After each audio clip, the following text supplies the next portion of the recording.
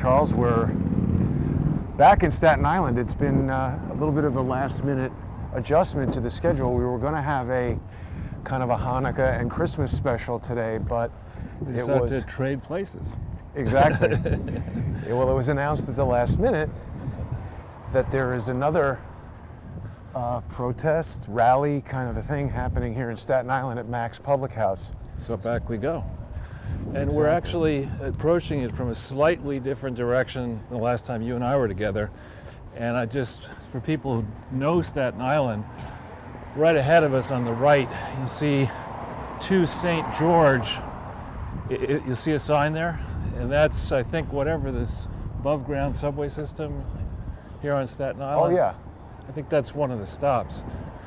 And if we ever were able to take the ferry, I think you could take the ferry and connect up with this possibly if you wanted to. But you see on the right there's this Channel 4 van, and shortly we're going to see a whole bunch of NYPD cars and officers, and we'll see if there's sheriffs there or if it's going to be this time NYPD who weren't interfering the last time you and I got together. Right. Well, it's interesting because I've had some conversations now with the Public Information Office for the NYPD, and they haven't been very forthcoming with information, Charles. It's disappointing.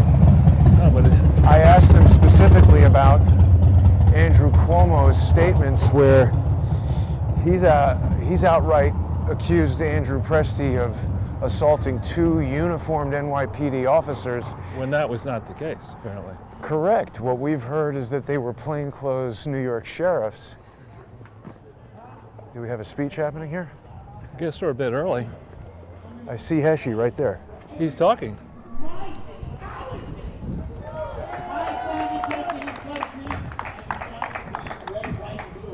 was born in this country, raised in this city, I will die in this city. And I will, my blood runs red, white, and blue. I love everybody. I love my Staten Island. I love you guys. And I promise you, I will be here for you. Happy holidays. Merry Christmas. And guys, I'm going to be sneaking around tomorrow. And if the sheriff's coming, please tell him to use double cups. I'm a big guy. You, I'm bigger than you. I love you all. Thank you all. Thank you, everybody. Be good. Be safe.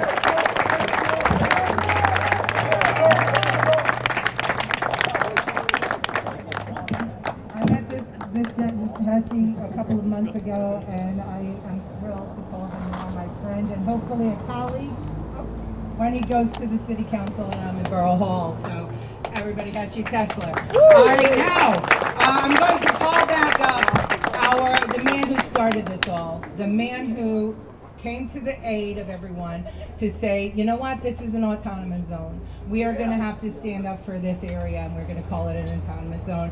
He is my dear friend. He has been a client. He is just the best human being, and he truly does bleed red, white, and blue. He is a patriot artist, and he is a community activist, and he tells the residents, elevator.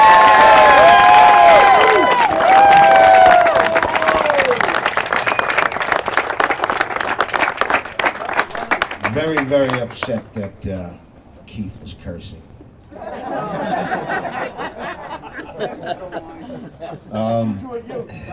I said this at the last rally, and I'm going to say it again.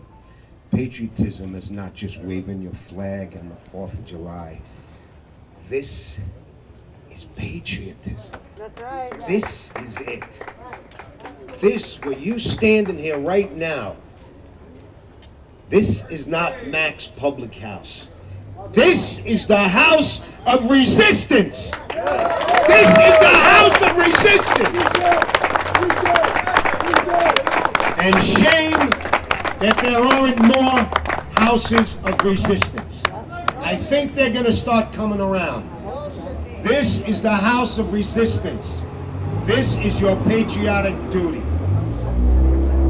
So although we'll get stories that there was 30 people here, it doesn't matter. Like I said before, it's not the quantity, it's the quality. It's the heart. So people, again, in a couple of days, after what happens tomorrow or Tuesday with Lou in the courts, tell your friends in the restaurant business, get together. You are a group of restaurant businesses. It's a great group. You gotta make a better stand. You have to make a better stand.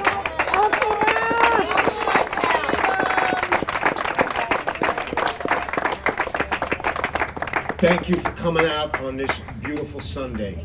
And again, this is what I've always fought for the 30 years of my activism and my patriotism. And we're going to have problems, and here we are in the biggest problem we've ever had. It's not just about Max, it's about the whole country. We know it, you see it, you feel it. I've been asking people to come out and fight with me for 30 years. People thought I was just a maniac, and now people are out. People that I would never normally see out. People with children, housewives. You know, it's beautiful. This makes me the happiest man alive because you're listening. You're feeling it. You're feeling this fight. So please continue. Go home and enjoy and eat, but don't get this out of your mind and don't get it out of your heart. Thank you for being here. Thank you.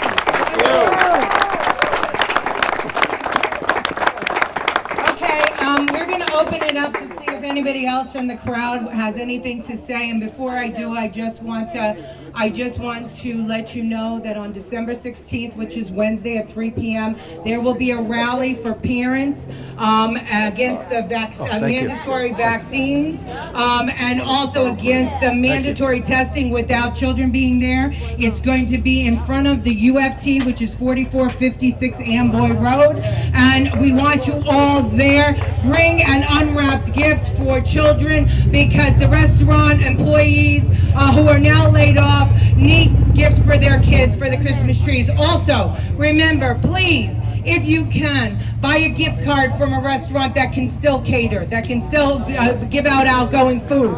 Please, please, please support the restaurant industry. And now I am, yes, 3 o'clock, 4456 Amboy Road, Wednesday, December 16th. That's in front of the UFT. We are a parents group of people, parents and teachers who do not want mandatory vaccination and who also do not want mandatory testing without their children being present. So we need, remember, if you give up one liberty, you never get it back. One liberty and you never get it back. So come. And now speaking of no mandatory vaccinations, the queen of the fight that you took to the streets in 2018 for the right to have your children have a religious exemption, and it didn't work so well for her, but now we all really are suffering what this group of individuals were fighting for, and now we must all stand together, all of us. Christina, please. Thank you, Letitia. We actually just met over the weekend. We actually met a few times, but I too want to say thank you to the NYPD. My father is a retired NYPD. He was on the mayor detail in New York City, not for Bozo the Clown, for Mayor Koch and the police commissioner. And I'm very proud of the NYPD. I just wanted to say that. But yes, I've been fighting along with other passionate parents. I had a religious exemption to vaccinations for my son. My son has been vaccinated. He had 20 vaccines, and then I said, you know what? I don't want to do anymore. But the government says otherwise. So the government put themselves between me and my child and my pediatrician. I'm Mama Bear, and what I always say is, Cuomo, you poked the wrong bear! I've been going to Albany for the last 2 years. I've been fighting this for about 7 years. But once the blue wave came into New York, guys, this is really important. Once the blue wave came in, 2 years ago? We knew it was over. The religious exemption that New York State had for 60 plus years was going to be gone because public enemy number one, Senator Brad Hoylman in New York City, guys, remember that name because he's Cuomo's lapdog. I know because I go to Albany and I meet with these people. They hate you and me. They hate anything to do with the working class man or a conservative, if you will. I don't even think I am a conservative. I'm for human rights. However, We fought it. We won it in the health committee, in the Assembly Health Committee. I'm on June 13th. By the way, I'm a makeup artist, and I'm out of work. So that's another thing. But so on that day, I had a job in the city that night. I wasn't going up to Albany to listen in on the voting to take away the religious exemption that we fought so hard, tooth and nail. But what I'm going to tell you guys, I watched the corruption. The corruption is real. A lot of people in Albany that are making legislation for us are buffoons. I met with them. I know. I would leave there saying, what are these people?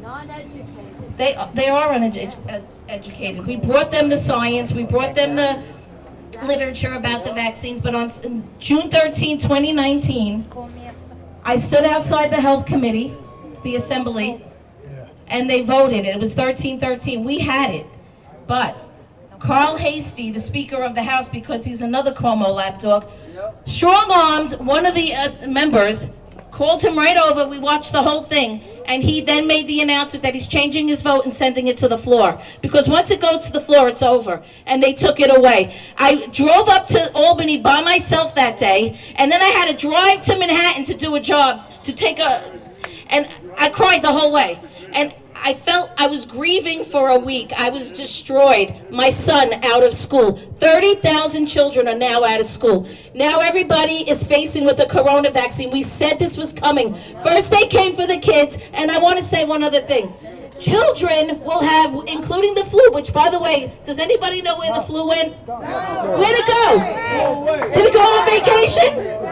It's gone. Everybody has COVID. I want to say this, guys. We said, okay, so school-age children from birth until around age 18, they will have 72 vaccines. Again, I'm Mama Bear, and I say when it's enough. Cuomo doesn't say when it's enough. They used the measles outbreak. Now they're using corona, and they're coming for you. You guys got that? Wake up. We've been saying this for the last 2 years. Wake up. They want us all vaccinated. I have so many theories what's going on here and why Cuomo is doing what he's doing with this corona situation. He was promised a seat in the Biden administration. Biden is out there on Twitter saying, wear your masks. Excuse me, we've been wearing them for 9 months. I had corona also, and I have the antibodies. I may just go give my plasma. I had it in the height in March. But I want to say, guys, he's shutting down New York City. What? And then if Biden gets in, which I still believe Trump will get in, okay? Trump! That's it. There you go. So, but they think, these buffoons think they're getting in, so Biden's going to mandate the mask.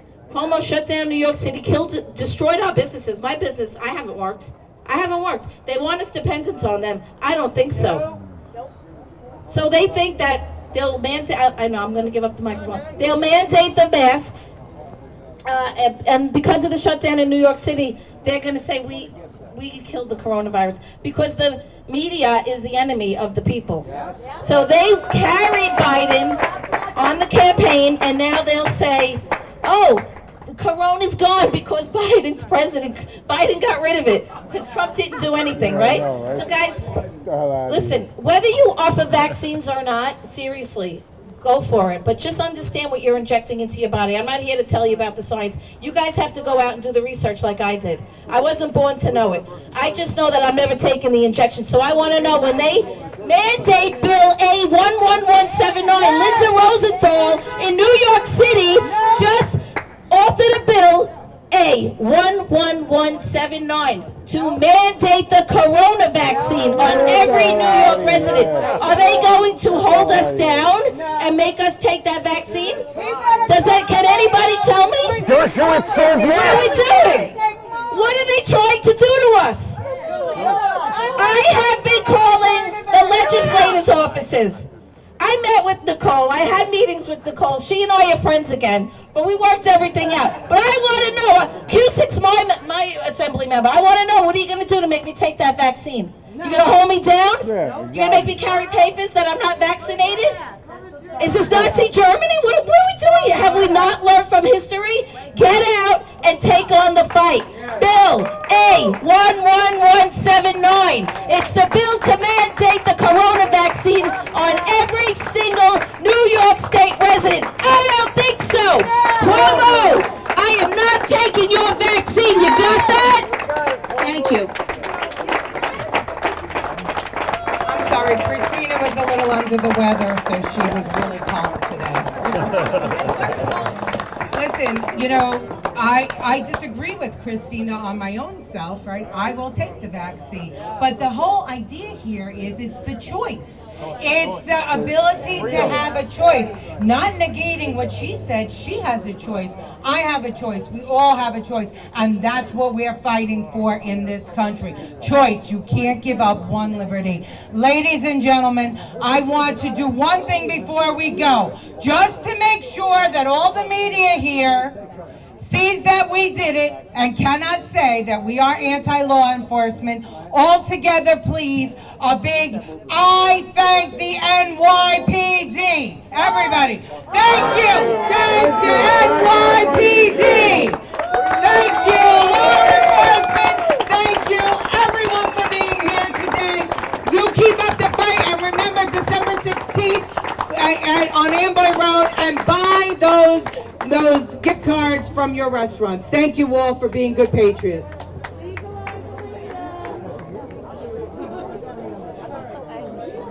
What time is the Amboy Road? Guys, 3 o'clock.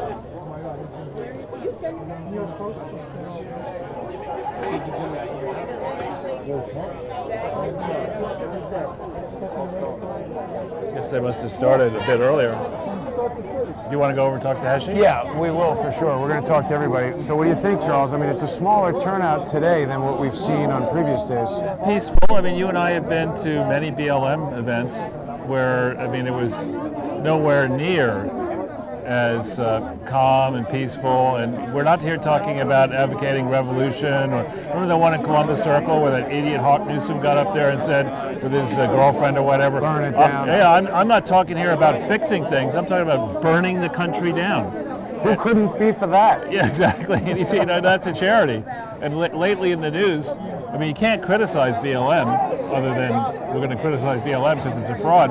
But lately in the news, they're now admitting finally that the people who raised the money have absconded with it. Yeah, they're fighting with it. They won't. Wow. Yeah. Well, so Letitia James gave a press conference that I saw yesterday. What was it about? I can't even remember. She's. Did you see that? No, I didn't. I must say, watching press conferences involving Letitia James is about probably down there at negative 10,000 on my list of things to do. But she was very theatrical, the presentation of it, and I can't believe I don't remember what it was about. That's how important it was. But I guess they're disassembling these. Could this be now the Antifa people are going to come? Well, I don't know. So this is NYPD because it was a permanent demonstration. Right. So they're, here protecting everybody. That's good. I kind of want to see if we can speak to Danny because here's an NYPD captain. I want to ask him a question. I don't know if that's going to be against.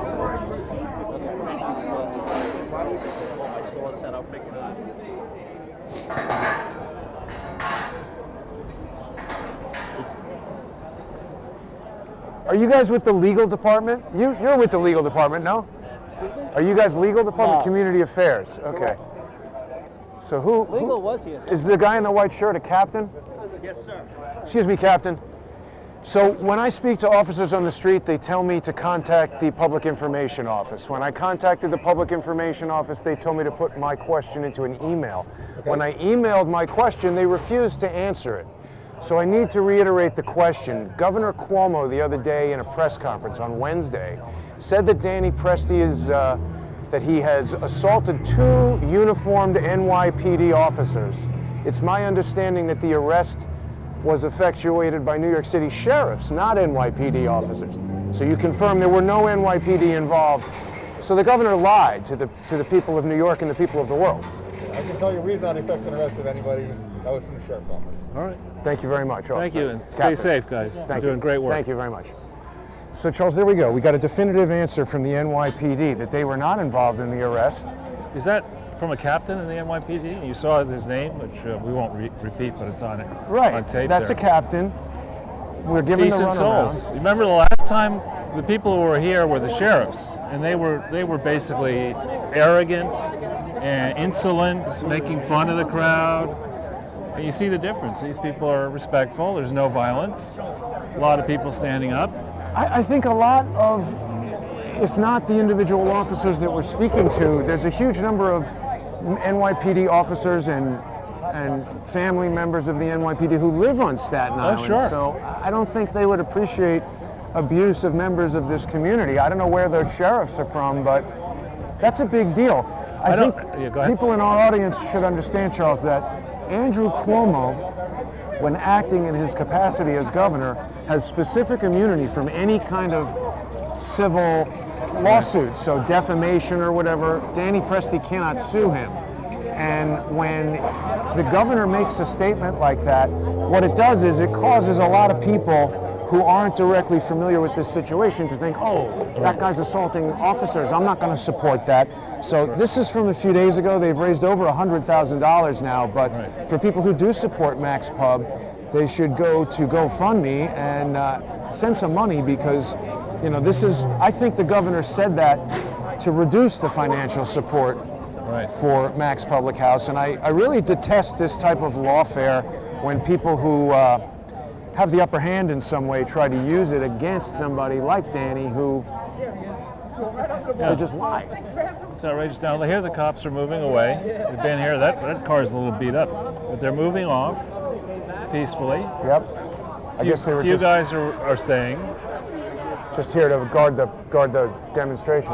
Yeah. Hi. It's always good to see you guys in Staten Island, Mr. Hotel. Nice to see you. I'm Paul Grady. Hi, Paul. Nice to I'd meet just you. like to encourage you to talk to Letitia Romero. She's right there. She's running for Staten Island Borough President. Who is it? She's The lady who woman was with the dark MC. hair behind the gate, right, yes. We'll talk Letitia, to what's her name? Romero. Ramora. Okay, yeah, we'll talk to her. Thank you very much. Good to see you. You Nice too, to see you. thanks. Yeah, let's. You could follow instructions. Yeah. So the first Skills landfill was here for forever and ever and ever. Young Councilman Vito Fusella was in office. Letitia Romero was just hired by George Pataki, the governor. And I go to a meeting, and it was all the agency heads, right? And so the DEC commissioner says to me, Letitia, you used to work for Rudy Giuliani. Can you please talk to the commissioner of sanitation? You guys are doing a spontaneous prayer. The Fresh Kills Yeah. landfill is operating without permit. Now, this is I don't know if they want us listening to that. So I was like, my whole body started to shake, because the Fresh Kills landfill is operating without a permit for 25 years. Are you kidding me? And so I said, sure, I'll take care of it, no problem. Get in my car, dial my ginormous cell phone, and I call the young Councilman Vito Fusella, and I said, did you know the Fresh Kills landfill is operating without a permit? And he said, no, I didn't know. And so I sent him all the paperwork. And he goes to Peter Vallone, who was the speaker, and he got a bill drafted, and it was in the Staten Island Advance. Look up the big bill that could, and he got all the support of the city council members for the bill to close the Fresh Kills landfill. Now that was something that everybody had run on, but nobody ever got done.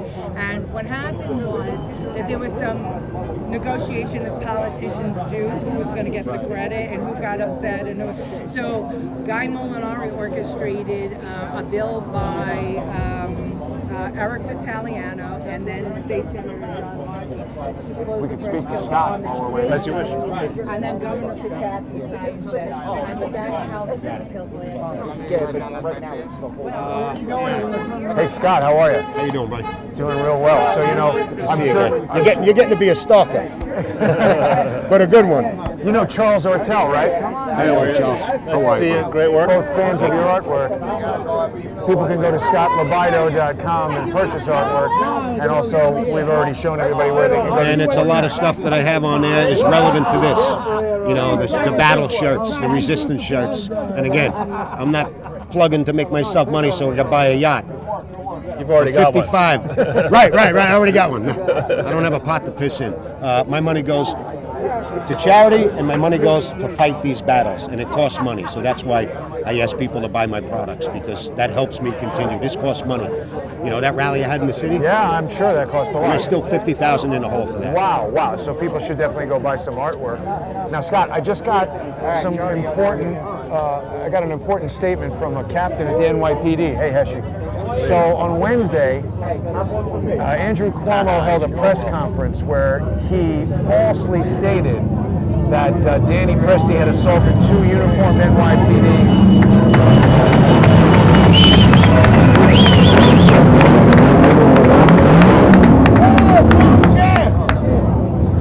The governor falsely stated that Danny Presti assaulted 2 uniformed NYPD officers with his car.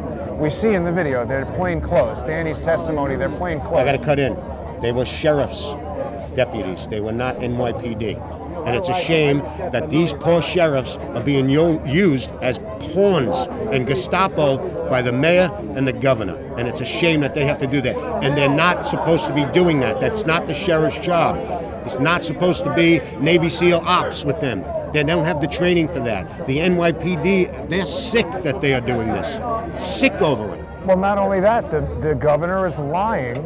And what he's done now is he's using that lie to poison the court of public opinion against Danny, because the average person sitting in their house in Ohio or Wisconsin sees on the news somebody's assaulting police officers in uniform, they're going to think that person's a criminal. But most of these people are smart enough to realize that for the last several years, I knew it for 20 years, that the media is so one-sided, and the media is the biggest problem of what's going on in the whole country. When it goes beyond the media and it goes to the governor deliberately lying, what do you say about that?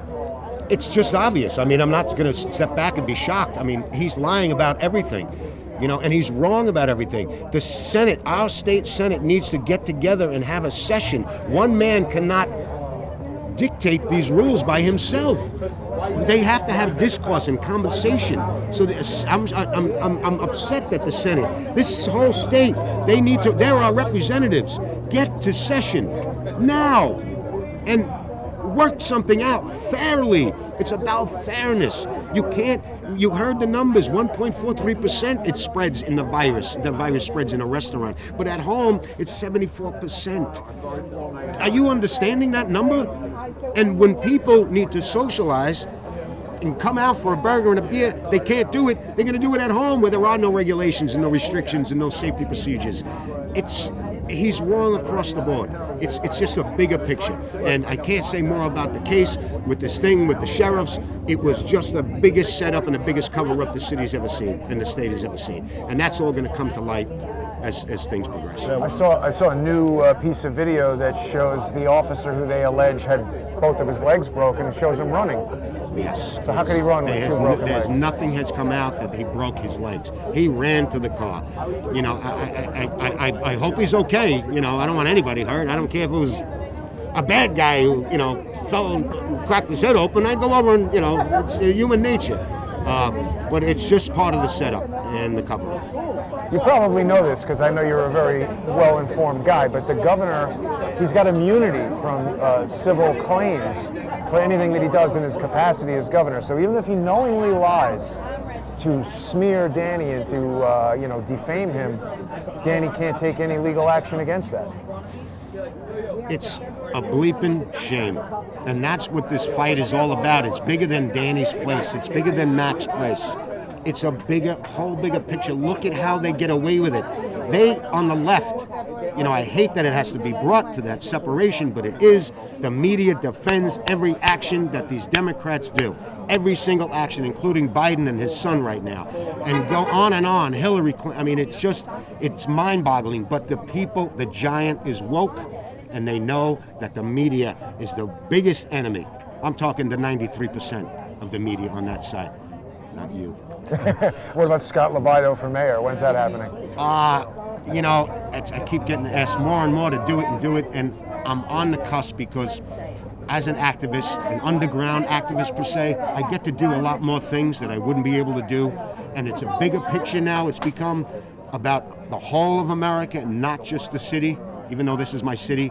You know, I've been doing this and preaching this for 30 years about political correctness and the dangers that it will bring. And here we are. Here's Keith. Yeah, you can get a word from me if you want. All right. So I don't know. I got to think about it. Thank you, Scott. Keith, how are you? Jason Goodman, nice to see you, Jason, man. nice to meet you. I've been telling people to visit GoFundMe and help out Max Public House. I just got a really important statement from a captain from the NYPD. I'm sure you saw He's standing right there. the by the way. news conference. Yeah, the captain's still over there. Okay. The news conference on Wednesday where Governor Cuomo outright lied and said that Danny assaulted 2 uniformed NYPD officers. I contacted the Public Information Office for the NYPD. They told me to put my request into writing, gave me an email address that I emailed, which then refused to answer if Danny did or did not with any NYPD officers involved. But now we have a definitive answer. Danny has given the definitive answer. How do you feel about the governor lying to smear the reputation of Danny and in turn Max Public House? Well, when it comes to anything with Danny and his legal defense of what's going on and everything, I really am going to put in no comment to it. We have great lawyers that are handling this case, and I'm going to trust their judgment and everything, and Danny is also. We're just going to trust that they know what they are doing. They are great guys, and they keep us in the loop every single step of the way, and I'm just going to trust their judgment on everything it is. I stand behind Danny, and that's at most I'll end up saying about the situation and everything like that. So separate as from it comes to the NYPD, New York City Police Department, I stand behind them 100%, and anything I can end up doing for them at any point in time and give them the support that they deserve, I will continue to do. That's as far as I'll go with that statement with that. Well, and towards that, they are showing their honor by not 100%. supporting the governor's lie. It's a shame that the governor would attempt to manipulate the good reputation of the NYPD to try and smear any citizen, but it shows you the power and what the guy's willing to do to push his agenda. Well, NYPD are true professionals, and with them being true professional, they're able to come to their own conclusion of what's going on. Right. And I'm not going to really be able to comment any further on it because I'm not going to disparage any sort of law enforcement agency and everything. And at the end of the day, it will be a long battle and everything like that, and it'll come out into the court, and at that point, the truth will end up coming out. And that's really I'm all going to say without saying anything that's disparaging to anybody. And now the regulations as they pertain to restaurants have closed not only Max, but every restaurant in New York. What do you think about that as a restaurant owner? I think it's disgraceful. I mean, you have the governor literally going on TV and end up saying that people sitting at home is the problem. And having people come over to your house, sitting down and everything, they're saying that's their scientific fact that 74% of people that are getting COVID-19 is because of that. And then you end up saying that they're able to trace 1.43% to restaurants and bars. And then you're like, well, let's shut down the restaurants and bar. I don't understand how that's going to end up helping anybody when you end up having over at the malls and everybody else standing 600 to 700 people online for a candle, and then you end up writing $250 people rain checks for candles. So you have over 800 people that end up standing online for a candle, and that's okay. If it's a matter of that this thing is as bad as it is that they're saying, and the science actually confirms that, and it really does rely on everything to be shut down, then shut everybody down. You're targeting a specific small businessmen, blue-collar people that are just trying to provide for their family. And it seems like it's not a fair playing surface for everybody else. Well, does it seem like it makes any sense at all for supposed President Pretender-elect Joe Biden to appoint Attorney General Andrew Cuomo as Attorney General of the United States? Does that make any sense to you? I honestly don't even pay that much to the politics of what's going on within the presidency. Right. And I never thought this would ever be a political stance. Right. Nor did I think that it would end up being a racial stance. I'm just one guy with my partner who's another guy that just end up being fed up and realize if we didn't open up, we weren't going to be able to live. Right. And I didn't want to live in fear anymore of somebody telling me how to end up trying to provide for my family. And that's the stance I end up taking. Within that, hopefully, the truth will end up coming out to the corruption that is taking place within government. And I'm an uneducated person within all of that, but what I am starting to see, because of the fact of the stance we end up taking and everything, I hope the truth that does end up coming out. Those that are able to sit home and disparage us and say that we're this or we're that, you haven't lost a paycheck. Right. Until you walk a mile in the shoes of everybody that's in this industry that's just trying to provide for their family, and you start losing your income to end up providing for your family, maybe then you understand what's going on. Well, your example, painful as it is for you and your family, is a clear example that the politicians, the American public, don't understand who works for whom. You know, you don't work for Andrew Cuomo. I don't work for Andrew Cuomo. I don't work for Donald Trump or Joe Biden or anything. They work for us. And your example is sending a message around the world that we've had enough. We've had enough. That is 100% true. Yeah. And I have come to that understanding, is that they work for us. Right. And all we asked them to do was to work with us. And they didn't end up wanting to do that. Right. They wanted to take the lazy approach to end up saying, we're going to close this one and we're going to close that one and cause divide amongst everybody, instead of staying on what the actual thing is that's taking place. Right. Is government overstepping their bounds unconstitutionally, and you now have people, a working class American public, standing up for themselves, and we will continue. We will not give up this ship. We will not give up this fight, and we will continue working to end up showing the corruption that is out there, and that we, the people, will not give up on our dreams, nor will you allow to end up stepping on our backs any longer. And is there, I know we may have said it before, but is there a site or something that people could visit to send money in your direction? We do have, you can end up going on to our social media page on Max Public House on Instagram or Facebook. We have the specific link of Max Fight for Small Businesses as we get the donations, and it's been overwhelming. And we will continue to end up providing for our families and for other people in this industry to end up taking care of their families, especially at this Christmas time. It's completely disgusting that they would end up trying to make this decision as arbitrary and try and end up using scientific facts that they're not even willing to give us to end up saying that we need to be shut down now. And is that the exact name of the site? It's Max Fight for Small Businesses. MACS? Okay. Yes. Thanks, Keith. Thank you very much. Good luck. Keith. Thank you. Merry Christmas. Appreciate it. Merry Christmas. Merry to you guys. Christmas, yep. Be Thank well you. and be safe, okay? So Charles, it's interesting because while we were doing that interview, the broadcast stopped. I'm going to try to restart it. Hopefully we're back to live here. That's good. I know It's there are a few interesting. of these folks. There was the Tony, what's his name? Tony LaBaca or whatever.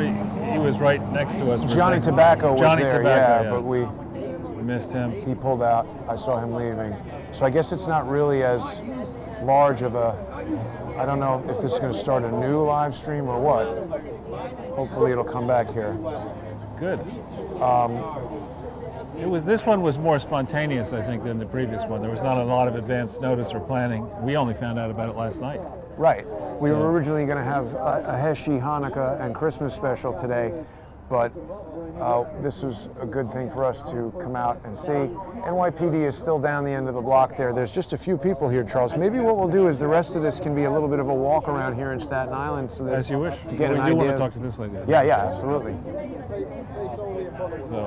I'm worried that you're taking pictures of my big fat ass. And No. We're not doing that. Hi, I'm Jason Goodman. Letitia Ramon. Oh, nice to I'm meet Charles. you. Nice to meet you. How are you?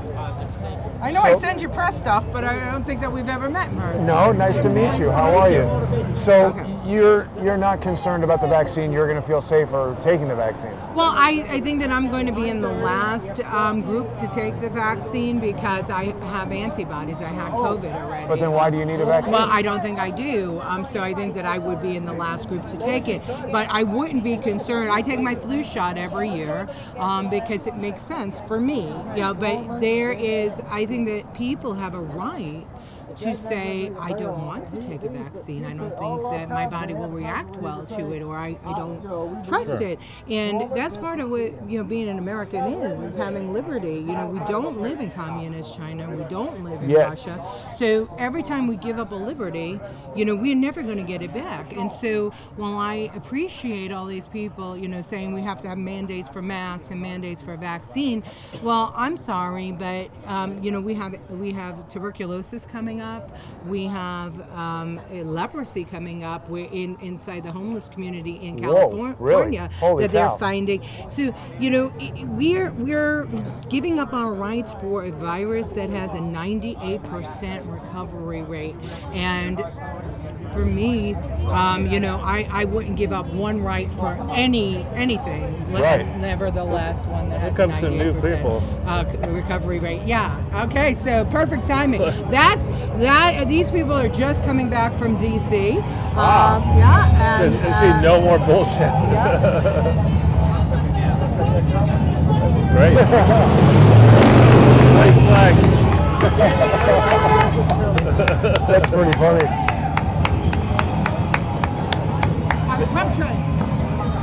So you're running for office, are you? I'm running for borough president. Do you want me to look at the camera or you? Or whichever you're comfortable with. I'm running for borough president of Staten Island. I have a primary on June 22nd, 2021. I'm a Republican, lifelong. I was the chair of the Republican Party in Staten Island. Really? I was the executive director of Victory 2000 for the Republican Party in 2020. I've worked for Mayor Giuliani, Governor Pataki, and President Bush, who was sane at the time when I worked for him. Which one? President George W. Bush.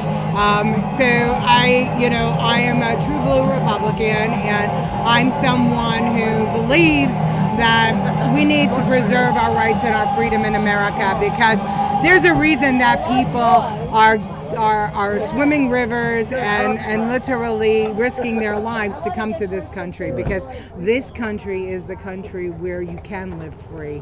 So in Staten Island, well, in New York, what do you think the real vote was, Trump versus Biden in New York State? Everyone's talking about the swing states, and I haven't seen a final calculation of how the vote came in for Trump versus Biden in New York.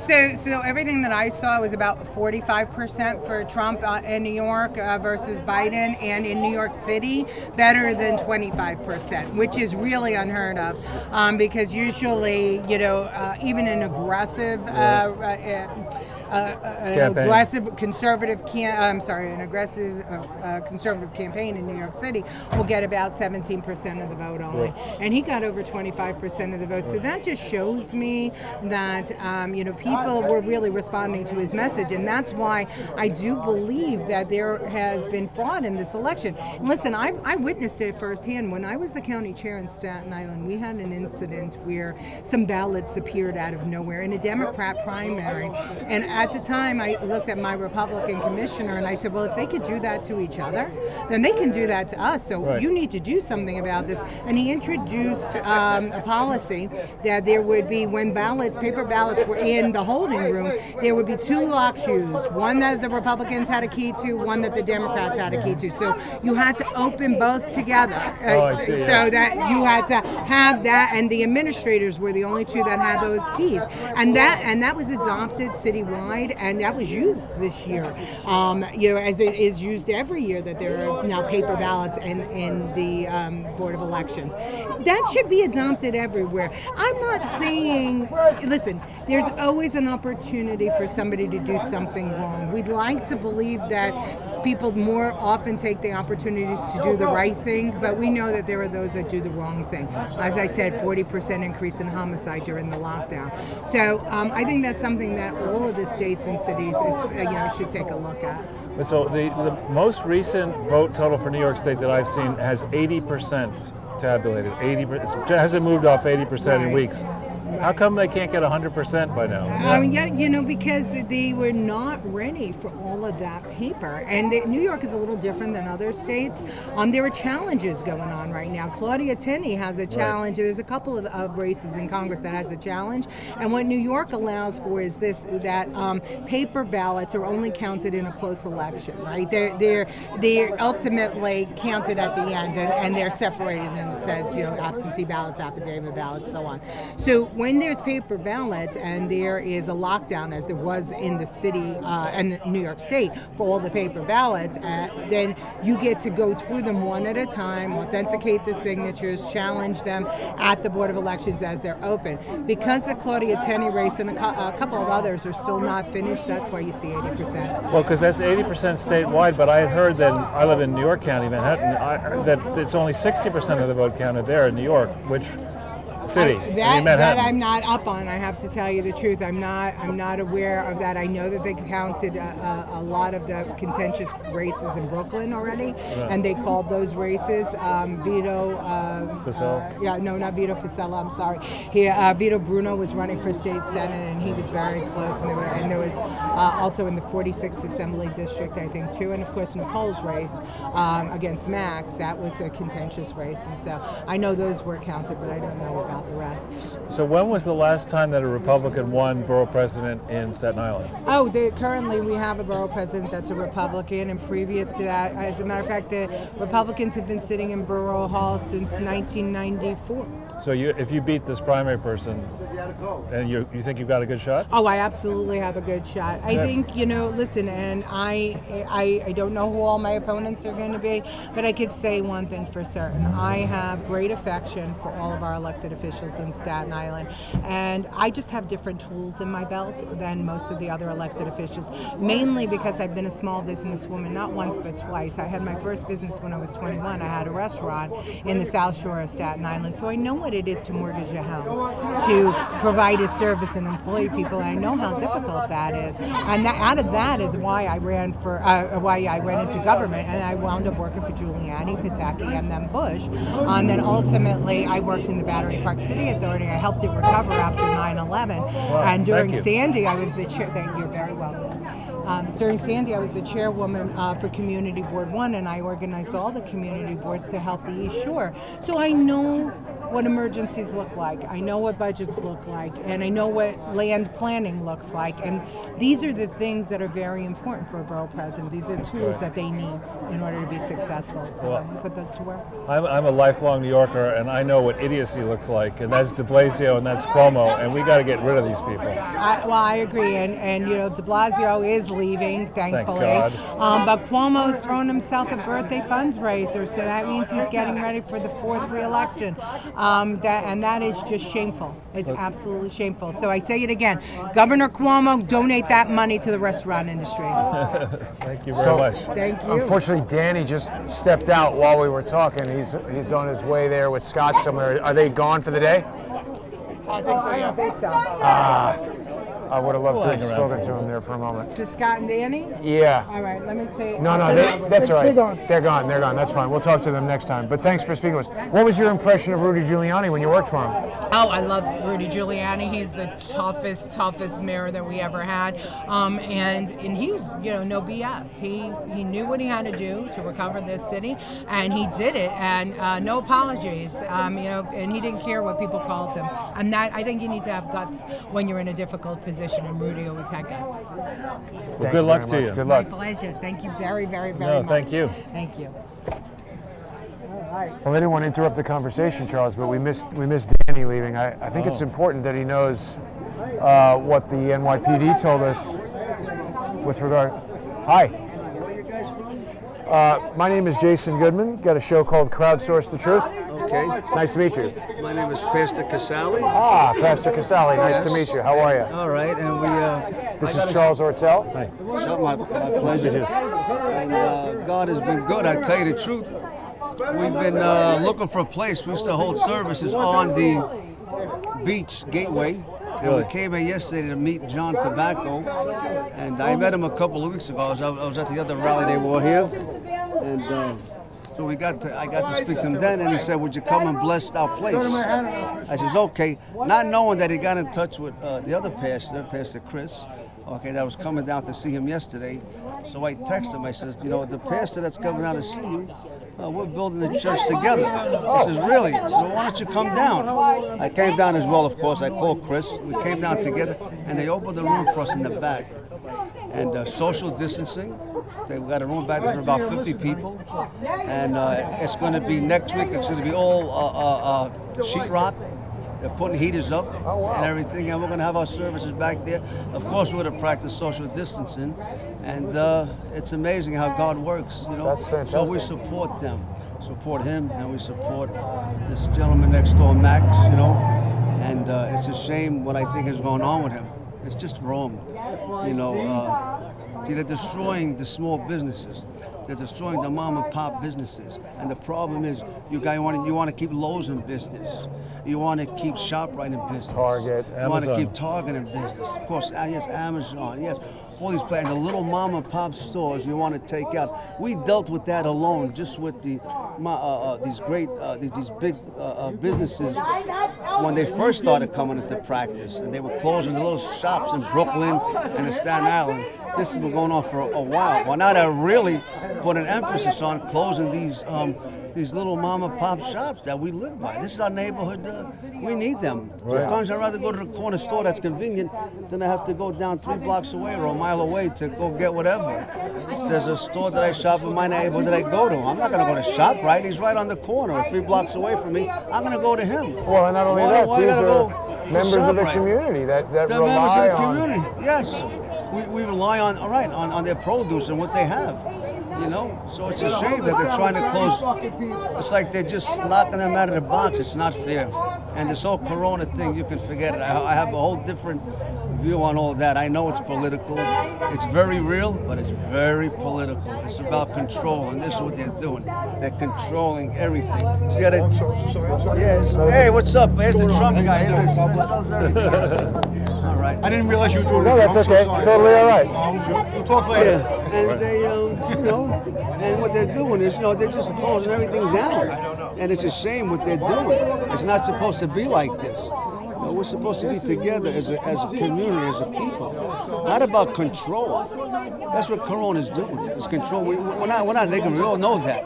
It's controlling. Now all of a sudden, the mayor can tell us, close this down. What happened to my freedom of speech?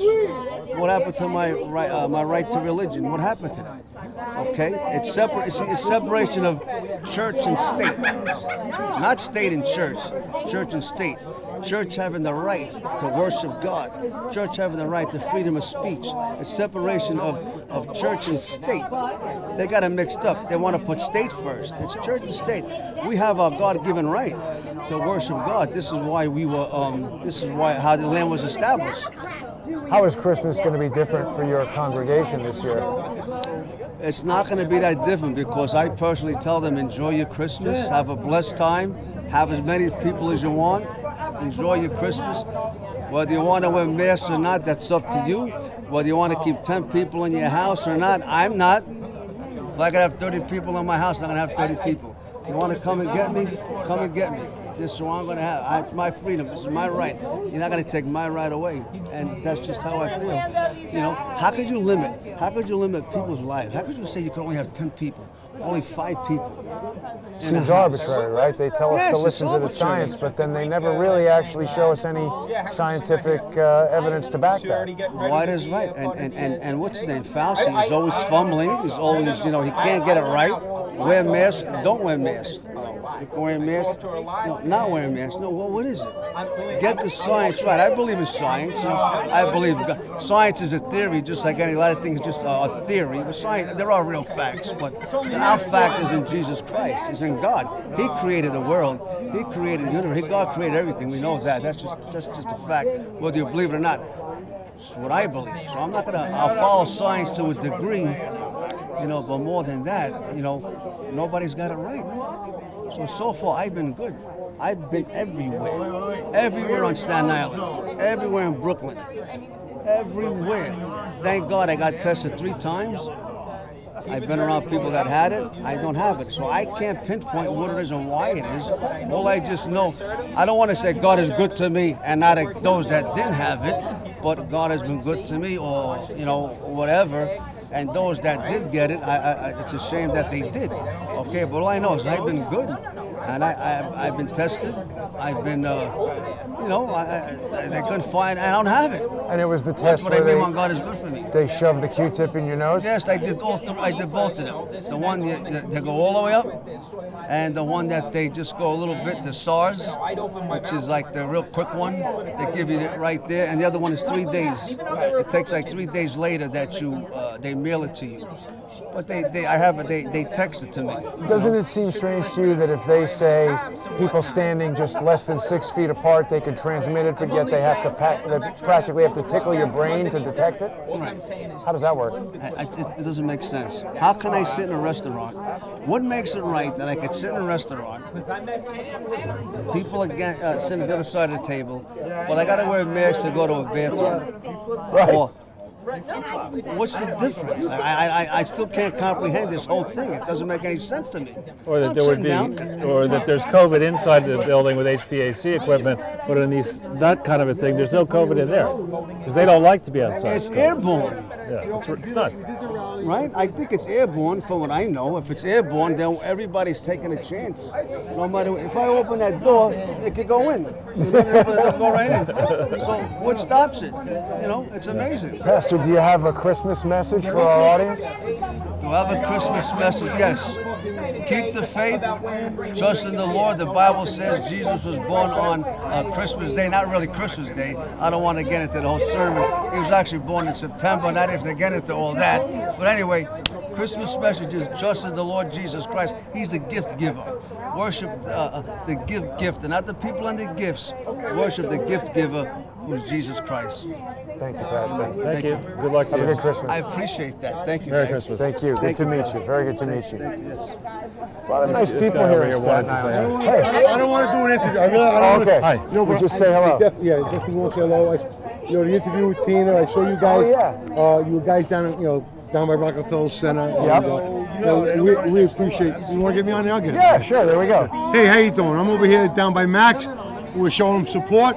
I got these beautiful guys right here that have been supporting us, and we definitely appreciate you coming down. Thanks. So where do we get a sweatshirt like I'll that? give you No. mine. Where do we get it? I can get you one. If you want, just give me a card and I'll make sure you get one. I don't have a I'll get card, you but whatever you want. So we definitely appreciate it. Okay, we've actually had enough. Enough is enough. We support Tina Forte. She's a beautiful woman. Okay, just an amazing person. Okay, the energy is off the hook. Were you in D.C.? Did you pull up? I just came back from D.C. yesterday. What was going on over there? It was good. Okay, it was definitely good. There was about 4 or 5 rallies going on at one time. Just to watch what was going on down here. The energy was crazy. Okay? We heard there was some violence. There's always violence. The Antifa guys. Sometimes you just got to meet violence with violence. We go down there as a peaceful protesters, to support the president. But then you got these, excuse my French, these fucking assholes. Okay, that translates well. Same word in English, actually. Listen, I don't know. Listen, I'm from Brooklyn. I don't give a shit. Okay? But for the most part, they come down here just to try to cause problems. Right. Okay, and that's what they do. What are you talking about, huh? Listen, it's all I know it's all this guy. good. How long I know this guy? As far as I'm concerned, Trump is my president, and he's still my president. And Joe Biden is not the president-elect. Fuck Joe Biden and the Democratic Party. I love you guys. You guys are wonderful. Good to meet you. Thank you so very much. Thank you. You want to know who my president is? And I will get you that shirt if you ask for it. You got a card? I don't have a card. If you email me on truth@crowdsourcethetruth. You really want me to remember that? Truth shall set you free. Or Tina, you get me through Tina. I'll get you through Tina. Yeah. Okay, I mean, I love Tina. She's sweet. Thank you so much. Thank you. My president. God bless you. I'm not Republican. I'm not Democratic. Are we going in? We're going in. We're going in. Okay. Yeah, we'll join you guys. We're going in. Trump's not going to save you. Biden's not going to save you. Jesus Christ is going to save you. The Son of God. That's going to be the truth. That's going to set you free. None of these politicians are going to do anything. Should we go in, All right, Jason? guys. Sure. Take care. Thanks. Thank you. All right, take care. Sure, let's see what's going on inside. I just left Letitia Can we come in? and whatever. Maybe I should stay. Can we come in? Oh wow, look at that. They've like redecorated it since the last time I was here. Oh, okay, right. We don't want to violate the rules. No filming. Okay. Okay, right. so well, but that's nice to see that they've upgraded the interior there, Charles. Yeah, that's all right. Well, wait a minute. Let me. So we keep having these breaks in the broadcast, unfortunately. I don't know what causes that. Are we? I think it's back to live It now. says active. Yeah, that just tells us. Let's see what it says here. We were frozen there for a moment. So people are going to have missed some of the conversation. We may have to do some. I'm going to have to director's do cutting. some editing right when I get back, and I'll put a director's cut of all of this. Okay, it says it's back now. Yeah, see, I figured out the way to get it to link up when it cuts, so that if people wait around on the live stream, at least it does eventually come back. Good. Well, one thing we should mention while we're sort of a little bit quiet for a second, you and I went to Norway, and we had, actually we were there I think for 6 days or thereabouts, and in late January this year, and there we met the folks at Document.no. Oh yeah. Geyer and Hans. And they have put together, and I'll slaughter their last name, so I won't use them, but they have so kindly put together now Document.no TV. And the inaugural showing of a show dealing with what's going on in America happened today, moments ago. It started at 2 p.m. New York time. Wow. They were kind enough to interview me. They'll be interviewing other people on a regular basis. They are the biggest alternative media site in Norway, with a shot at becoming the biggest one in Scandinavia. And it's important to focus on that for a second, because when we get into debates, such as you do have debates with progressives, they always cite the Scandinavian model and say, you Americans don't understand what's good for you. What's good for you is follow the Scandinavian model, follow the science. And the folks in Norway will tell you, and are telling you on TV and on that site, it doesn't make any fucking sense. I mean, the Scandinavian model is a disaster. It's piling on debt and deficits. It's repressive. But you could eat herring every day, Charles. Yeah, well, boy. No, I won't say anything negative about herring. But the point is, when I first started going, I began life in Scandinavia, in Denmark, as a not yet born baby or whatever, when my father was there as a postdoc with Niels Bohr. And then I got back to Scandinavia for the first time in like 1982 or 3, principally Sweden at first, but then I went to a lot in Finland, Denmark, etc. And you go to all these places and they will tell you the Scandinavian model does not work. It's fundamentally broken, birth rates are declining, young people leave, bureaucracy is ridiculous, business doesn't want to locate there, investors don't want to go there, and yet we have all these people from Bernie Sanders on AOC extolling the Scandinavian model. So this Document.no TV show is going to, I think, be very important. The people there you met them. Why don't we take a little walk around the neighborhood and see what Staten Island is like while we have the sun up? Sorry to interrupt. So that's okay. The people who are running Document and who own Document are highly experienced, trained journalists in print, radio, television. They have some money now behind them. And I think they have a real shot at building that thing, the English language version. They had a fancy building when we went there. Yeah. So that they are going to be doing a show about America, actually promoting our show every Sunday. That's cool. I like that. Big shout out to them. We'll have to have them on our show at some point, or your show, your various shows. And that's just a news flash for people who follow Crowdsource the Truth to know about that link. Another news flash is that Sputnik, which is very big actually around the world, not simply in English, but in many other languages and formats, radio, and they may even go into podcasting or TV. They have done, specifically Katja Blanova, who's done interviews now with you and over 150 with me since 2016,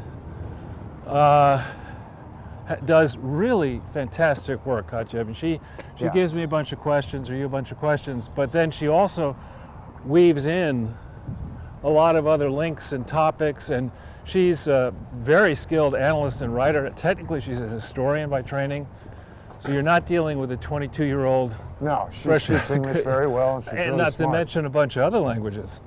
And I find her work, the consistency of her work, the frequency, consistency, accuracy of her work stands to me as a model for what should happen in the mainstream media but doesn't. And here I am as somebody who grew up a little kid having to break up during the day every day, and maybe I'm misremembering this, but I remember like nursery school, every day we had to go into the basement for a drill of what would happen in the event of a nuclear war. Yeah. And all sorts of negative shade being thrown against the Soviet Union, justifiably back then. Here I am finding that Sputnik stands as a far better It's ironic. example of open-minded media coverage than, certainly the New York Times is not even close, but at most in established media.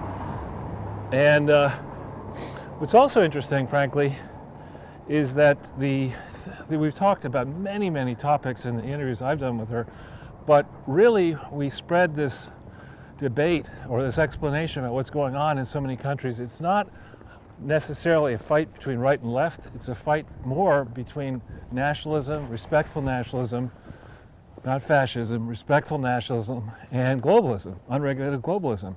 That fight has been ongoing in the former Soviet Union, now Russia, since 1992. I mean, didn't it's know that, really. absolutely. You speak at length to Katja, and you'll learn that it was folks like Jeffrey Sachs, who, by the way, is on the board of Andrew Cuomo's sister's charity, which is called Help USA. I looked into that. And folks like Jeffrey Sachs and George Soros, who plundered the former Soviet Union, are reviled in Russia today for just that. And they're trying to do the same tricks here in New York, in my view. They take a city, a state that once was vibrant and growing, and then these people come in and they impose mandates and the need for contracts that are then let out to their crony friends, giving their crony friends inflated profits that they don't deserve. Take.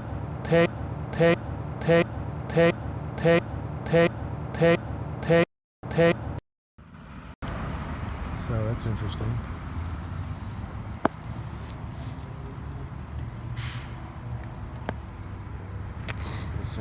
Real sad. See if we paying off crony politicians. Getting the crony politicians to turn around and put money in the equivalent of a Rosemont Seneca fund, or the Hunter Biden large private equity or venture capital funds. The public pension plans, that is to say the teachers, the cops, the firemen, those pension plans have many tens of billions of dollars inside of them that are supposed to be invested for the true benefit of the retirees to eventually. pay out the pensions. Right, and what these crooks do is they make sure that those monies go back into stupid-ass funds, say run by Hunter Biden or Mark Mazinski or Chelsea Clinton or whatever.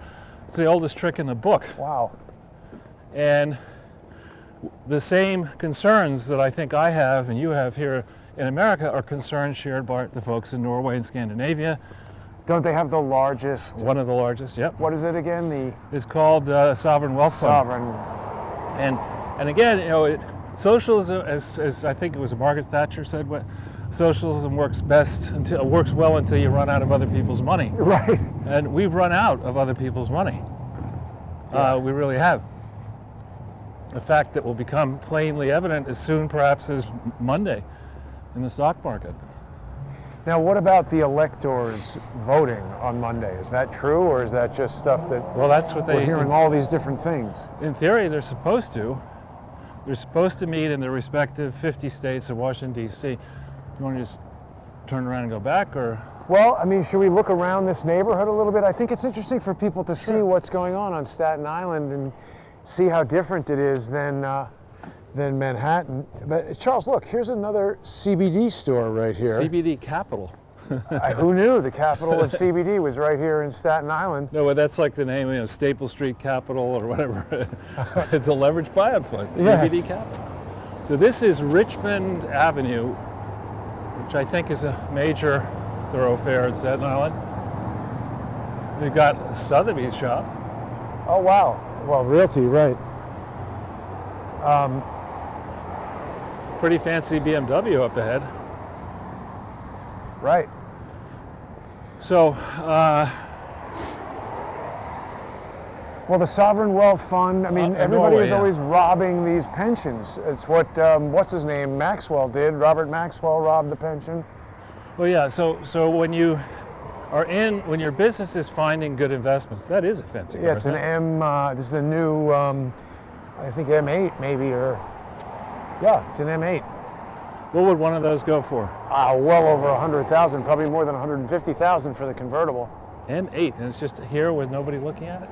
I guess whoever is in the Fushimi restaurant is probably... That's amazing, paying close attention to whoever gets too close to that car. Right. That's amazing. I think we're going to get... We don't want to get too lost, but I just wanted people to get an idea for what's going on around here. You know, Staten Island is substantially... It's more just residential up Yeah, there. so the whole place is more residential really than Manhattan. Let's just walk down here and then we'll... Do you want to walk down well, walk this way, that's fine. Right, Karate Yes. USA. Now, one of the guys who I interviewed the first night we were over here owns a karate dojo, or you know, one of those kind of like martial arts places, and he's not been able to run it at all. He's running out of money.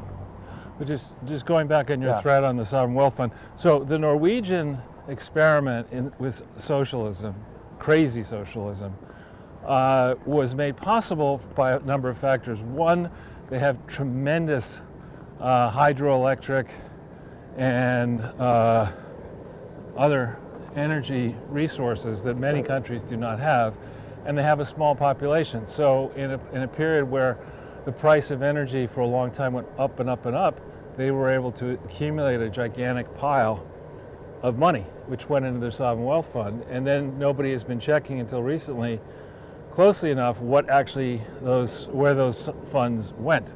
There's a great potential when you get large sums of money in a pool, for that pool to be tapped by crooks.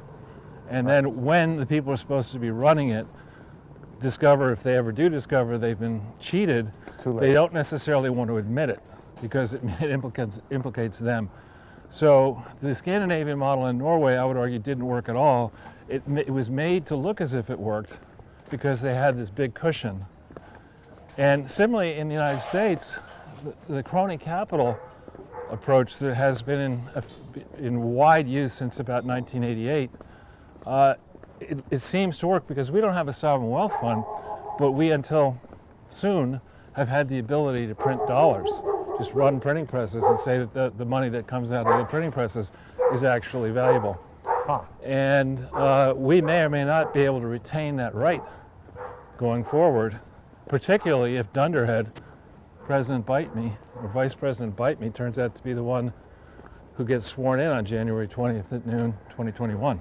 You know, Charles, a lot of people were really disheartened when the Supreme Court declined to hear the case from Texas. I mean, that's pretty shocking to a lot of people that the Attorney General of Texas and the President of the United States don't have standing. Jared Beck said that case was the strongest legal case that anybody had brought on behalf of the Trump campaign so far, and it failed. Yeah, I don't know what to tell you other than, because I'm not steeped in constitutional legal issues, nor am I a lawyer, but I do think if it were the case... Should we go this way? Yes. If it were the case that that we were done and dusted, Lisbon Street. Yeah, I think if we... There's no sidewalk there.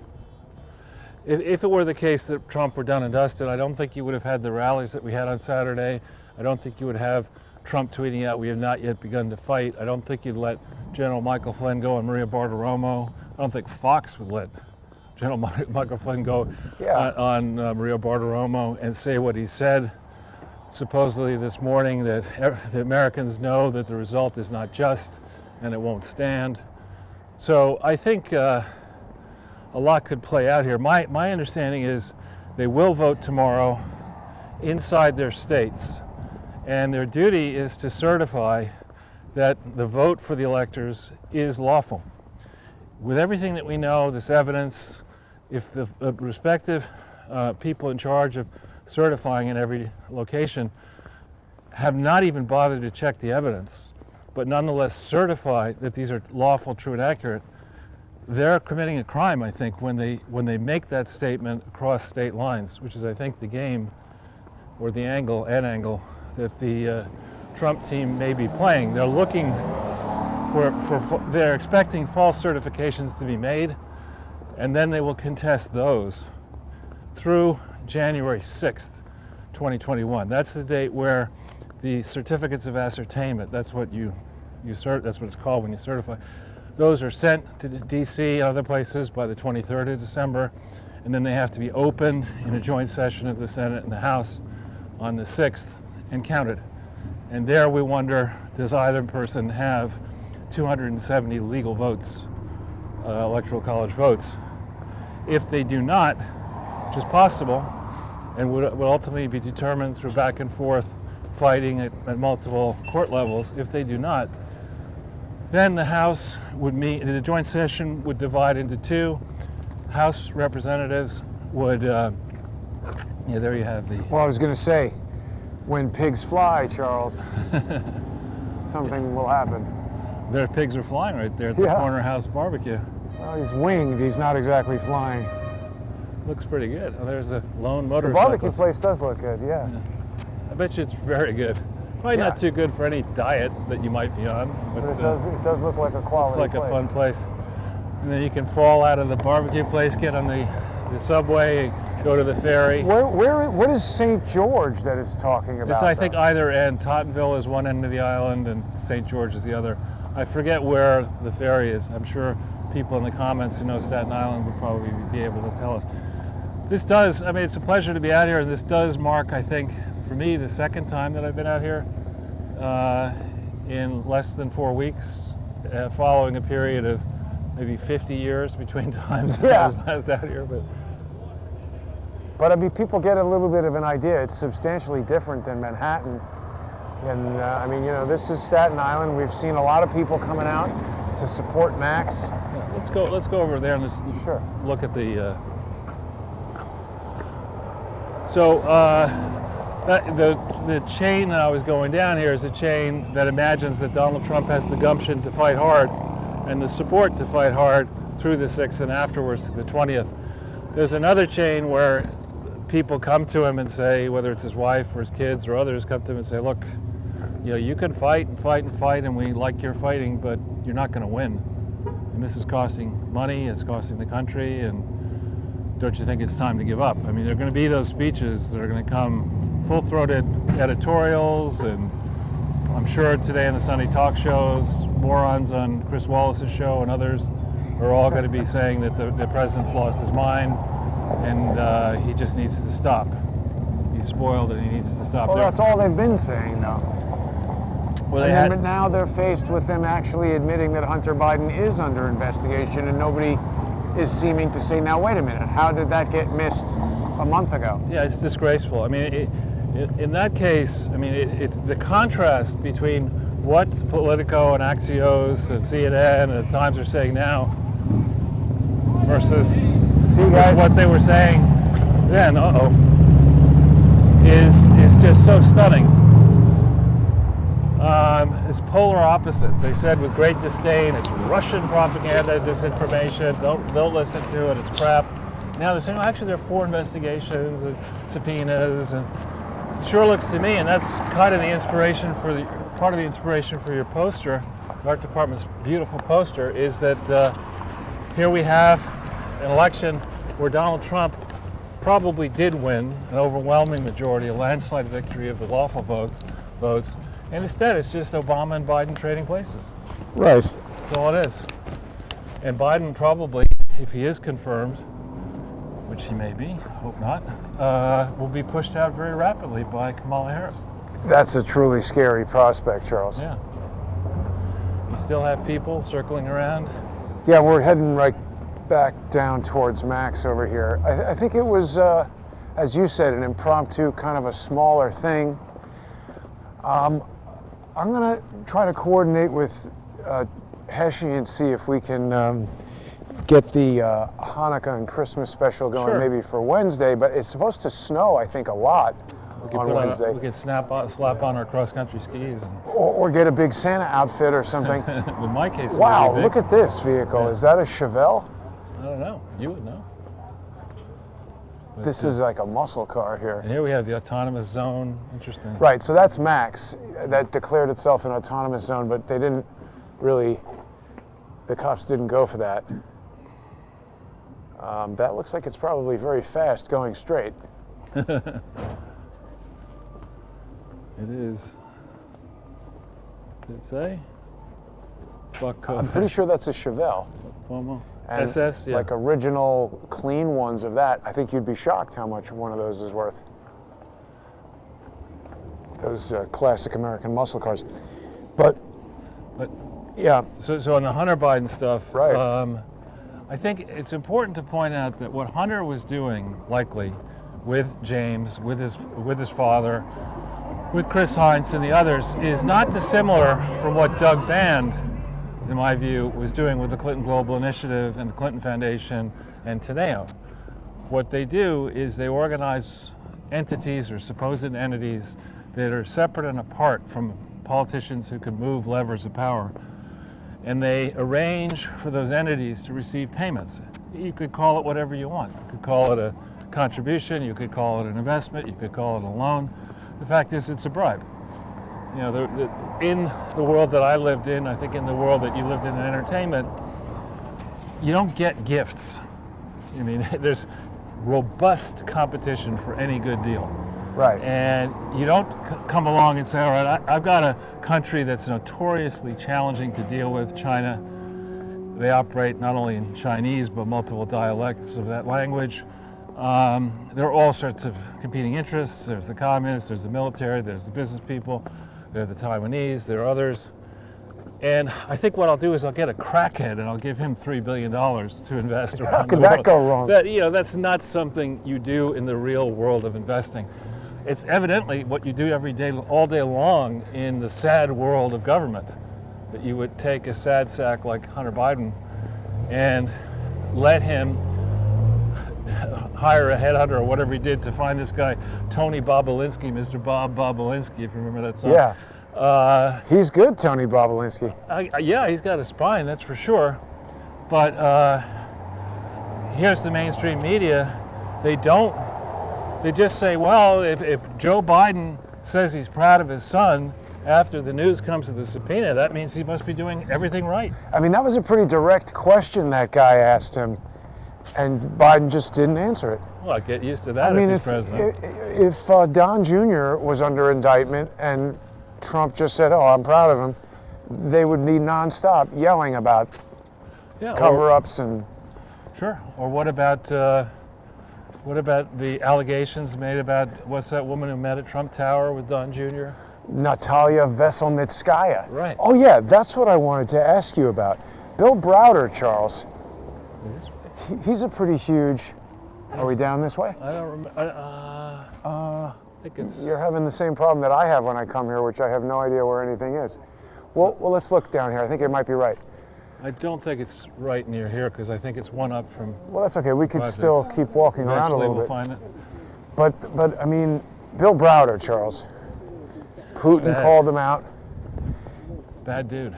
Right. So he, I just learned, had met personally with Cameron Ortis, who was the first civilian Director General of the Intelligence Department at the RCMP. Which is what now?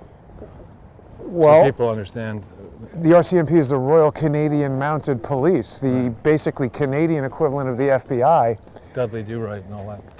And Ortis is in jail for the past year. I spoke to his attorney on Friday, and he didn't have an official comment, but it seems like it's they're not exactly being forthcoming with evidence that Ortiz needs to put together his defense, and they're just sort of keeping him in jail. And I don't know that many of the details because they haven't released that much evidence or anything like that, but it just seems a real lot like the way they would treat a whistleblower who's going to blow the whistle on corruption within the RCMP. It seems like when you have a criminal, it's like Hunter Biden, they hide the evidence. Around that way. When they find somebody who has evidence, they stick them in jail. Right. Well, that seems to be the pattern. I mean, but Bill Browder met with him. What do we make of that? Well, Bill Browder is in my view, a very bad person who began his career, as such as it is, in investing in the former Soviet Union, saying, my father used to be head of the American Communist Party. You could rely on me to do deals. Because I understand communism or whatever. But that would be a guy who would know Pierre Trudeau, wouldn't it? I don't know. But the point is, I don't understand how Browder gets all the positive press on Fox. I don't get that, because I wouldn't get within 100 yards of that guy. 100 Fox miles seems to love him. Yeah. What's left of Fox. Yeah, it was strange to me that I discovered that Browder had met with this guy personally right before he was arrested. He was tweeting about him when he was arrested, right. And he said, oh, look, this is so strange. The same thing just happened in Switzerland, and there is a federal police officer in Switzerland who's referred to only as Mr. K, who also has been arrested, and we know barely anything about it. And in the case of Mr. K, Fox, again, are the only ones to report on it, which causes me to think that Bill Browder wanted that information out there. Bill Browder seems to have some sort of influence at Fox. I don't know. So you're right, though, Jason. This coming week is a really big week. We have the electors meeting on the 14th. That's the dream. We have the market trading for the whole week. These are just memorial wreaths for people connected to this church where your car is parked. It's in memory of, it says. Yeah, different people. So a lot of stuff happening this week for sure. Yeah, and then the following week, of course, this week, I guess, Hanukkah continues. Yep. Until when? It's 8 days, and it started a day or two ago, so people can do that math. All right. Here's a giant Sprinter. Well, that's your car, right? No. Hillary Clinton's in there. I hope not. Oh, we can buy her. We can get her. Lock her up. Yeah, lock her up. Hashtag lock her up, Charles. But I think a lot will happen in this coming week. There are all kinds of lawsuits with new evidence filed around. I don't have a sense whether the legal strategy alone is going to work. I notice as well a lot of toings and froings of our military supposedly doing things around the world. What about Chinese military in Canada? Chinese military in Canada, concerns about Taiwan. This will be quite a news-packed week, and still we have no further stimulus. We have as well the fact that tomorrow indoor dining will cease in Manhattan, New York City, I guess. How is it going to continue? Well, you can eat outdoors in a blizzard. Right. You know, that's the thing I really think is almost hilarious, if it weren't pitifully sad, is that you have a goon like Andrew Cuomo or somebody like Fauci who maybe have been around medicine. Goon Jr. But mini goon. And they're saying, it's really super dangerous. You need to stay at home. You do this, you can't do that. But we're going to shut down dining and have you dine outside in the cold in structures that are not really heated reliably, that could burn down. No circulating air. At a time when temperatures are at 60 today, and then tomorrow they'll be 20, and then who knows what they're going to be. In that type of environment, I personally get sick when there's big changes of. I tend to. My grandmother would say you'd get sick. Right. Well, no, I find that I do get sick. Or you get the sniffles if you get used to 30 or 40 degrees, and then suddenly it's 70, and then it goes down to 50, and then it rains or it snows or whatever. This is not a time to encourage people to go outside and play. Would you do that with your young, healthy kids? Why, instead of eating indoors, why don't you have breakfast outside by the waterfall over there in 30-degree weather? I mean, it's also no good for dining. Your food gets cold really quickly. It's just stupid. And it's tough enough. I have had interest in chains of restaurants, and they're very tough. People look at a restaurant and say, oh, that's for idiots. It's tough to run a restaurant. It's really, really tough to go through and and plan how many people might show up. Weather's a factor.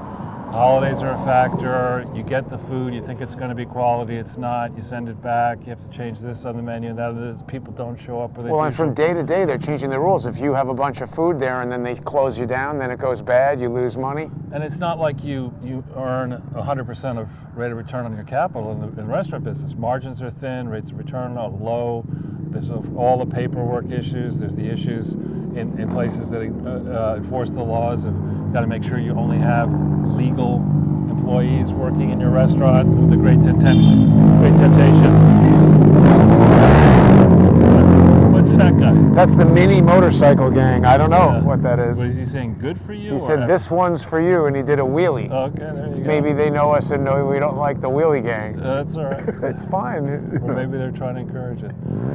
But the other thing, Charles, is that when you're running a restaurant, I have to imagine that you kind of like, okay, you know, this is selling well, this is not selling well, and you kind of get into a groove where you know what you need, and then now that's all out the window, and you might buy things that nobody wants or not have things that people want. Or you have regulars. Right. You know, you have people like me who, in the old days, used to eat out almost every night, and now since Never. March, I've eaten out, I don't know, 10 times, 20 times, and only for lunch, typically. Maybe once or twice for dinner. Typically lunch. Yeah, I mean, I think I've been to a restaurant maybe 4 or 5 times this whole entire. And when you run a higher end restaurant, you understand that you're not going to make that much money on the food, but you will make a lot of money on the wine. And at lunch, I don't drink, so you're not making much money. I off saw me. that old homestead built a little outdoor couple tables, but it's like, I mean, that's a gigantic 2-story thing. Is that for cattle or people? 4 tables. I don't know. But just those tiny tables. Yeah. Sad. It's sad to watch. So we'll monitor carefully. There's a cigarette butt and a mask. We'll monitor the coming movement in the in the Nikkei. Let's say Japanese markets open imminently, trading futures on the U.S. market. So we'll get a sense of whether the capital around the world is signing on to the idea that Joe Bite Me will actually be the 46th president of the United States. If capital believes that, you will see an unbelievable crash in the stock markets. You definitely will see that. And so that's what I'm... CBD capital might believe that. People smoking crack are like, yeah, he's the president. That's right. Like, I can't, but it's on crack. But crack is whack, Jason. Apparently Hunter Biden loves it, Charles. That's right. Well, I think that's going to be all for tonight. We're signing off here from, I don't know if we're downtown Staten Island or what, but Staten Island. We're in the island. Yeah, on the island, visiting our friends there at Mac's Pub. Great work on the art department, too. Thank you very much, Charles. And thanks everybody for watching. I'm going to edit everything all together, and there'll be a director's cut available for sponsors. I want to thank the sponsors on subscribestar.com/crowdsourcethetruth and patreon.com/crowdsourcethetruth. There is a concerted effort underway to totally remove Crowdsource the Truth from YouTube. So now is a great time to get onto the sponsored platforms where you won't miss a live stream. Thanks for watching, everybody. Have a great night.